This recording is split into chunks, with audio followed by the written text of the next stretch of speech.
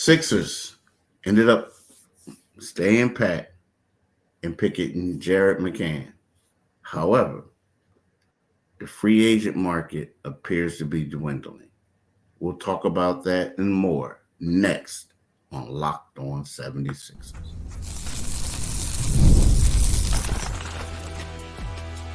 You are Locked On 76ers, your daily Philadelphia 76ers podcast, part of the Locked On Podcast Network, your team every day. Thank you for making Locked On 76ers your first listen every day. We are free and available wherever you get your podcast and on YouTube, part of the Locked On Podcast Network, your team every day. Today's episode is brought to you by Gametime. Download the Gametime app, create an account, and use the code LOCKEDONNBA for $20 off your first purchase. Terms apply. Now, Mitch. Well, first of all, let me introduce you before. I'm all excited. Now, Mitch. First of all, this is my right-hand man, John Mitchell. And I'm Keith Pompey, and we are the co-hosts of Locked On 76ers. I didn't get back into the crib until 3. Working hard in the morning, Working hard for the money. Working hard for the pennies. So hard for the pennies. Yo, that's the one old song I know. But it was hard for the money, though. That was Donna Summer, right? Donna Summer, yeah. I had a crush on her back in the day. Yeah, a lot of people did. Yeah. A lot of people did. Yeah. But anyway, so anyway, look. The Sixers, there's a lot of guys they could have gone with. Mm-hmm. They stayed pat. The one guy that they were linked to in several mocks towards the end was Jared McCain. And guess what? They got him. Yeah. And they picked him up. But there were some guys available. Like there were guys on the board that were bigger, older, certain guys who felt like had a bigger upside. Guys that felt like were more NBA ready at this time.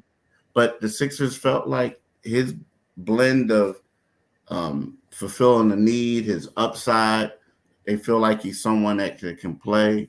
Now, is he going to be a starter right away? No, they don't envision that, but they stuck with him. But so we'll talk about that in the first segment. In the second segment, we got to talk about what's happening with free agency. Paul George is saying that he wants to stay on the West Coast.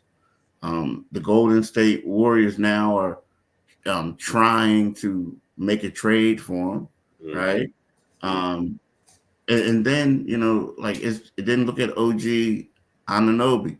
I mean, everybody was all excited when Mikal Bridges got his deal, and then next thing you know, with the Knicks, and now all of a sudden OG staying. So there's a lot of things that's going on.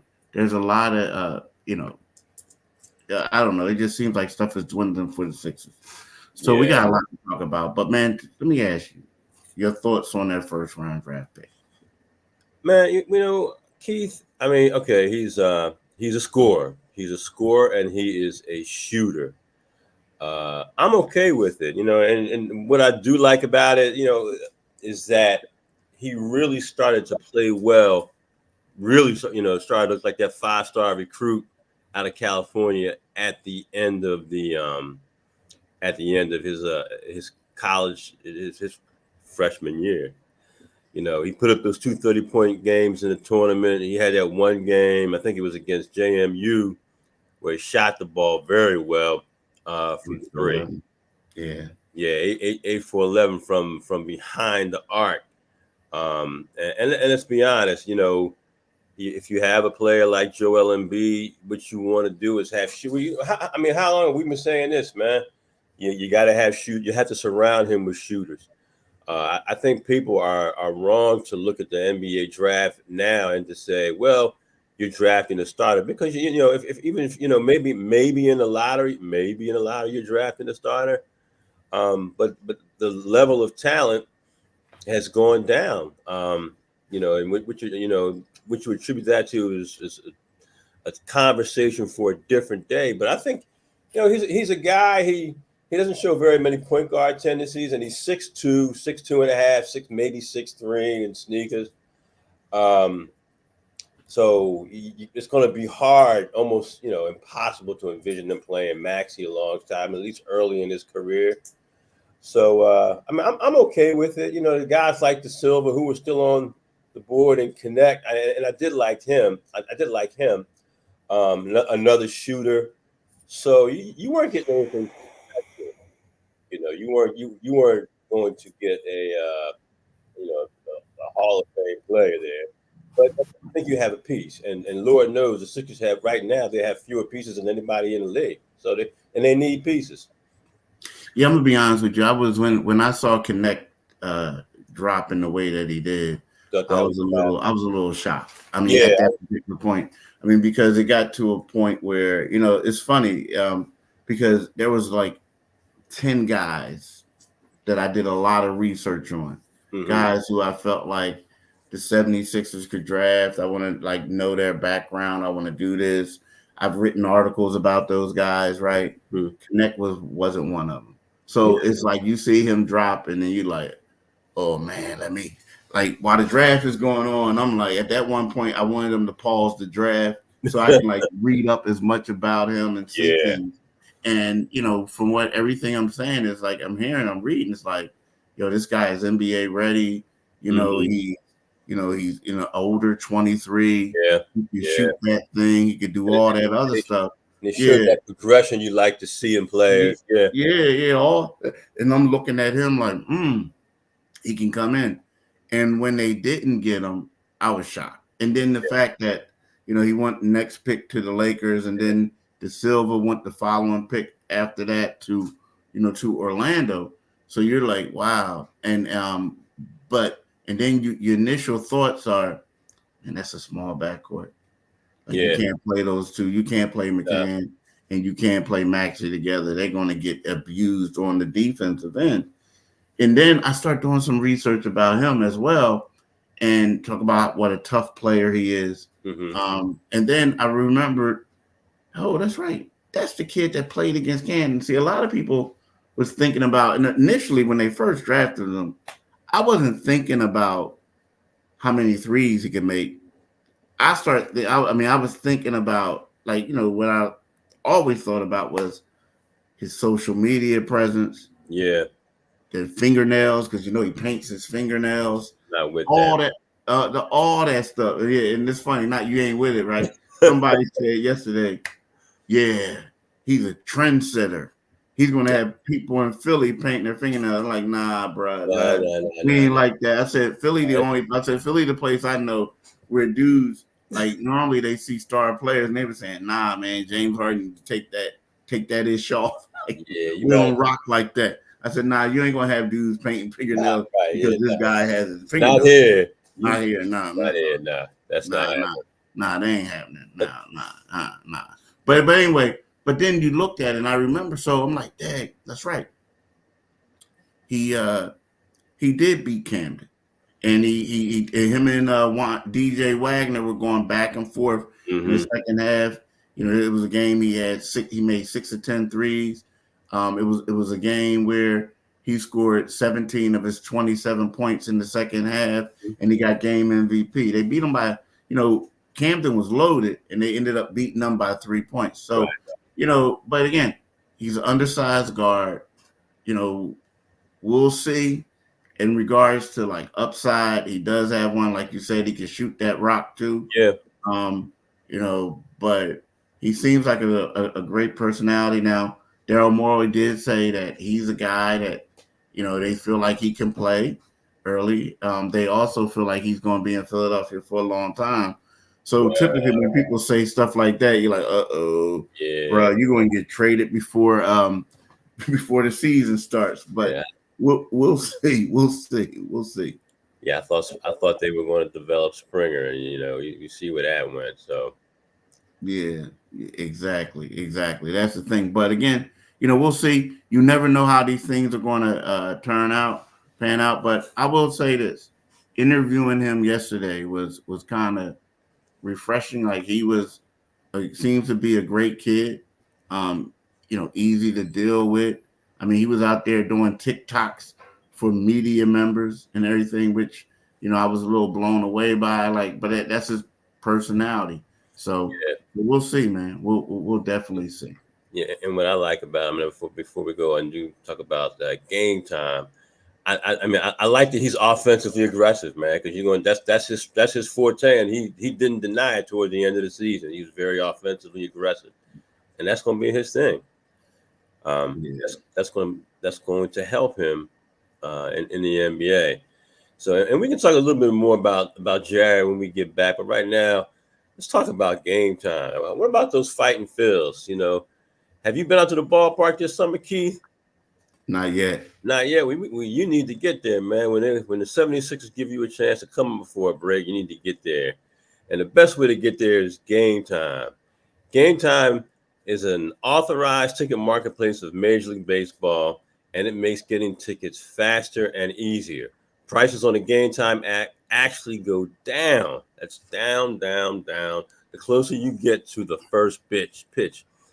With killer last-minute deals, all in prices, views from your seat, and their lowest price guarantee, Game Time takes the guesswork out of buying MLB tickets. So if you're trying to get last-minute tickets, flash deals, zone deals, easy to find and buy MLB tickets for every kind of event in your area. So it's not just for baseball. You can get them for concerts. I know Janet Jackson was in town last night and didn't hear too much about it. So download the Game Time app, create an account, and use code LOCKEDONNBA for $20 off your first purchase. Terms apply. Again, create an account and redeem code LOCKEDONNBA for $20 off. Download Game Time today. Last minute tickets, lowest price, guaranteed. So tell me, you watching Fox Sports or ESPN on your TV all day? Have to turn down the volume with all that hooping and hollering and screaming and yelling?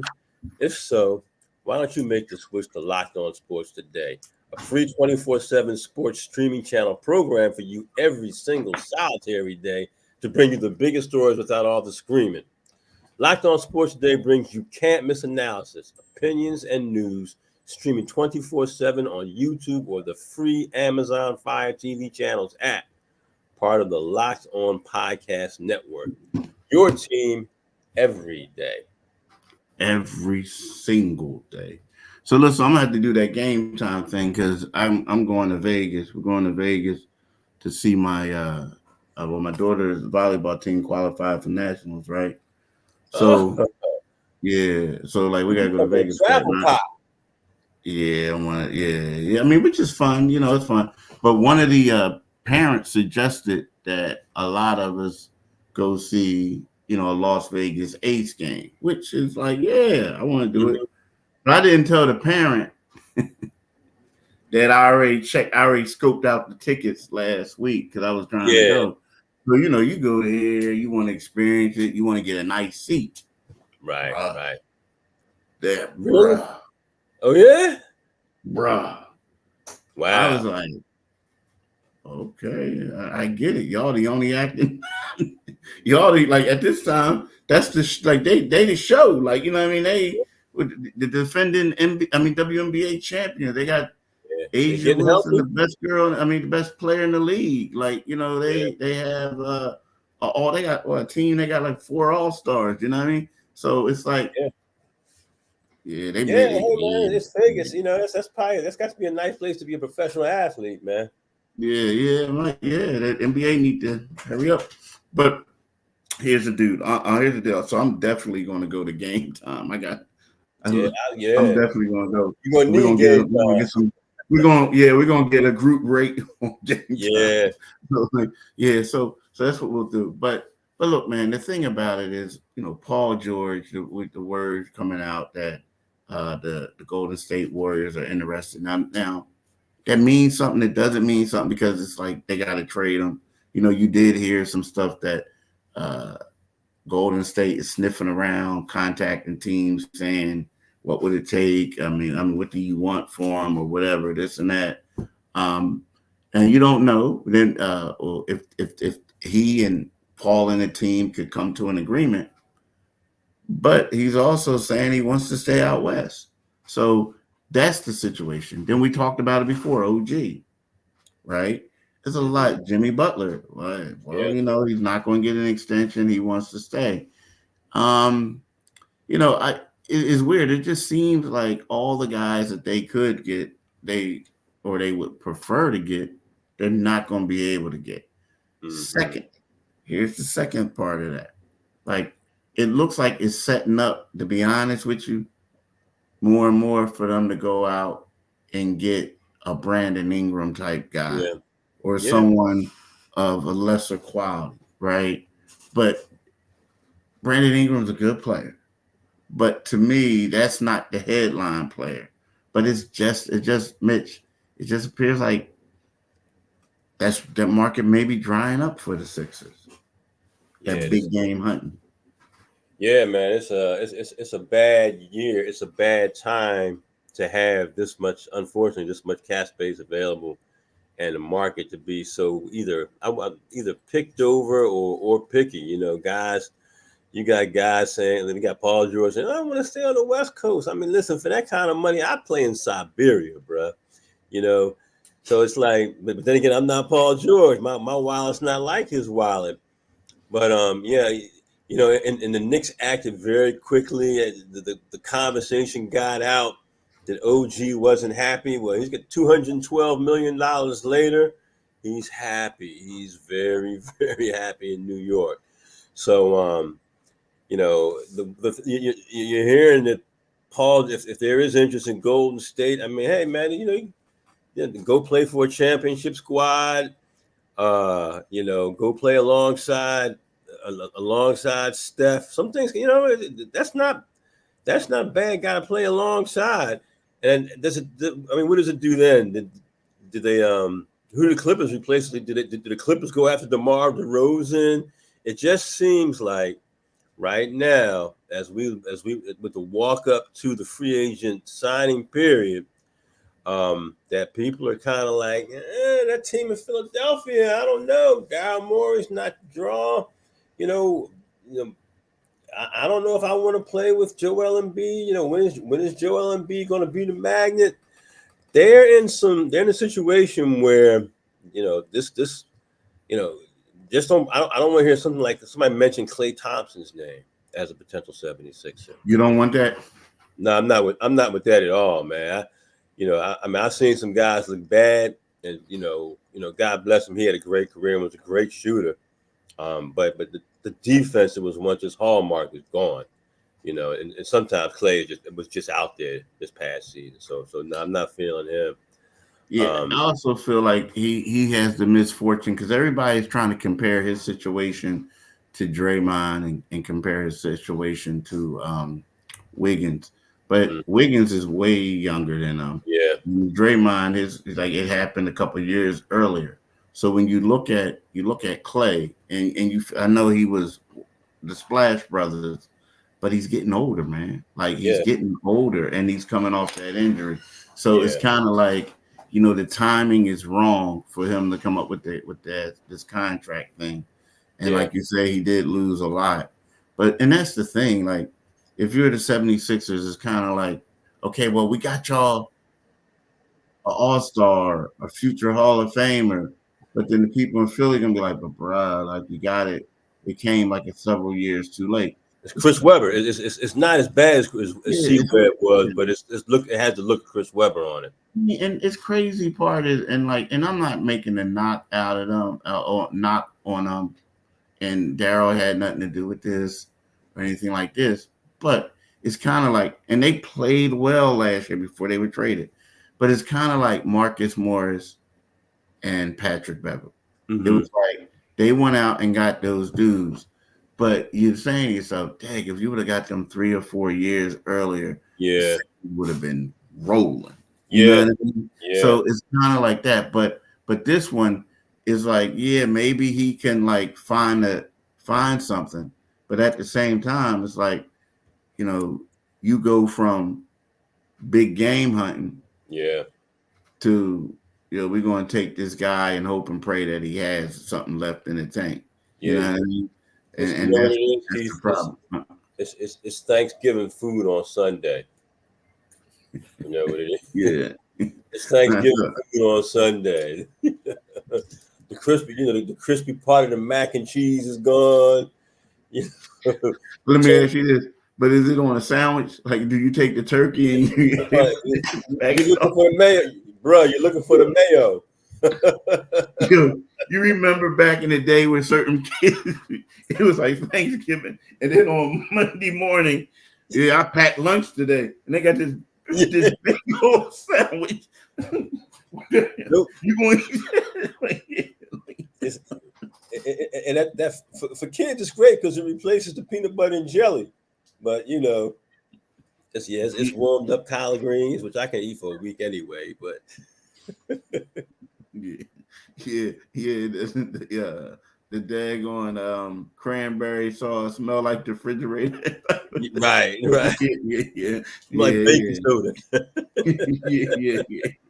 Yeah. Maybe they need to pass. Maybe they need to pass. Because I'm gonna tell you what.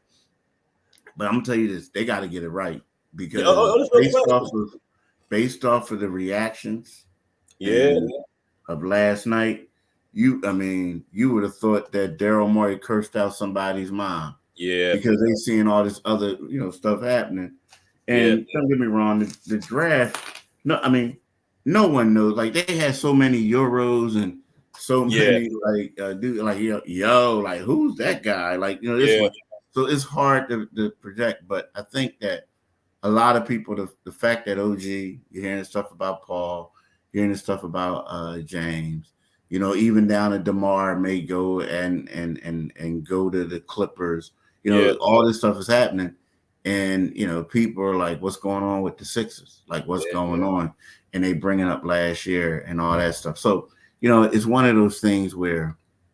The Sixers planned on doing their shopping at Wegmans, and now they're at Aldi's. They're Aldi's now. Yeah, man. Like you can't. I don't know if they quite at Aldi's yet. They might be at Acme. They might be at Acme, but I don't think. I would hope not. They ain't at Aldi's yet. We put them at Acme for now. Okay, for now. We put them at Acme. Hey, y'all, we'll be right back after this break to talk about today, the second round. Told y'all we'll be right back. So, Mick, here's the deal about the second round. So, the second round is one of those things where, there are a couple guys that could have been on that board that they really liked. But, the big guy, what's his name? What's the guy from Duke? Kyle Flapowski. Yeah, him. Yeah. A guy like that. Yeah. He slid. So when you get guys like that, he could be, he could be someone that can fulfill a need for them. You know what I mean? Yeah. He could be, but there's other guys who see, my thing is you already have, now you got a guard. Do you need another small guard? What do you do? What type of approach? If you're the 76ers, what's the approach that you take in the second round? Yeah, I think to keep it simple, I think you get somebody who you think can be a contributor early. And as you look at the people who are somewhere in that range, I see maybe here's one for you. Do you consider the kid from Imhotep, Justin Edwards? Do you bring him home, or do you say, nah, he's at 20 years old, bringing him to Philly is just not a good idea? There's also, there's a lot of guys who are younger who are still out there. Do you consider? Keep hearing the name Johnny Furphy, the Kansas kid, but he's also another young one. Maybe you bring in Filipowski. Listen again. With this draft right now here in the second round, I think you are at Aldi's right about now. You're not. Yeah, you might be with that second pick. Um, the guy. I'm disappointed because I thought Justin Edwards coming out. Everybody was saying he's top one, top two player in the nation, and now you find out that he wasn't anywhere near the top. Well, you knew he wasn't because of how he played at Kentucky. But is he a guy that you make a move for? I don't know. I didn't see a lot from him. I know he had the one game where he blew up for 28 points and then he went back into hibernation. So, I think the mindset has to be you go ahead and get a guy who you think can contribute and possibly be a rotational guy. I think if you go 8 deep, you would like to get you want your number one guy to be in the top 8. So there's so many opportunities here. They just have to. They need to go out and get somebody who can make a contribution. Now, who that person is with the Sixers, I just don't know. Okay, so here's my thing. Tristan Newton, the Connecticut point guard, 2-time NCAA champion, first team All-American, was named the most outstanding player of the Final Four. He participated in the pre-draft workout with the Sixers a week ago, right? A week ago today. And, that was his 13th of 15 workout schedule. Now, the thing about this guy is Newton, he averaged 15.1 points, 6.6 rebounds, 6.2 assists, right? This past season. He finished with 2 triple-doubles and 11 double-doubles en route to finishing his 11th double-double. He had 20 points, 7 assists to lead UConn to, that was a different game, but he had that. But in this season, he led UConn, in the championship game, he had 20 points and 7 assists to over Purdue in a 75-60 victory in the championship. Mm-hmm. So, he's a guy who originally committed to East Carolina following high school.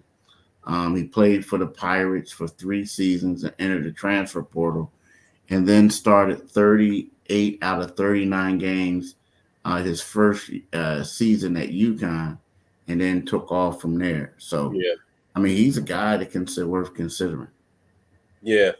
Yeah, and again, he's a guy that they brought in and they're familiar with. I think some people thought he might have gone earlier than that. That he wouldn't be hanging around. So, So they got to get some. They get. It seems like at that pick at 41, you're just getting the body because it's kind of the pickings are slim. But I'm kind of in the mindset you took a young guy at number 16. Take another young guy who you think can play, who you think you can turn into a player, or maybe maybe who knows, maybe they package that second round pick. I'm not sure. We'll see. Yeah, we'll definitely see. But look, y'all, I want to talk to y'all about Locked On and how Locked On has launched the first ever national sports 24/7 streaming channel on YouTube. And now it's also available on the Amazon Fire TV and the free Fire TV channels app. Locked On Sports Today is here for you 24/7, covering the top sports stories of the day with the local experts of Locked On, plus our national shows covering every league.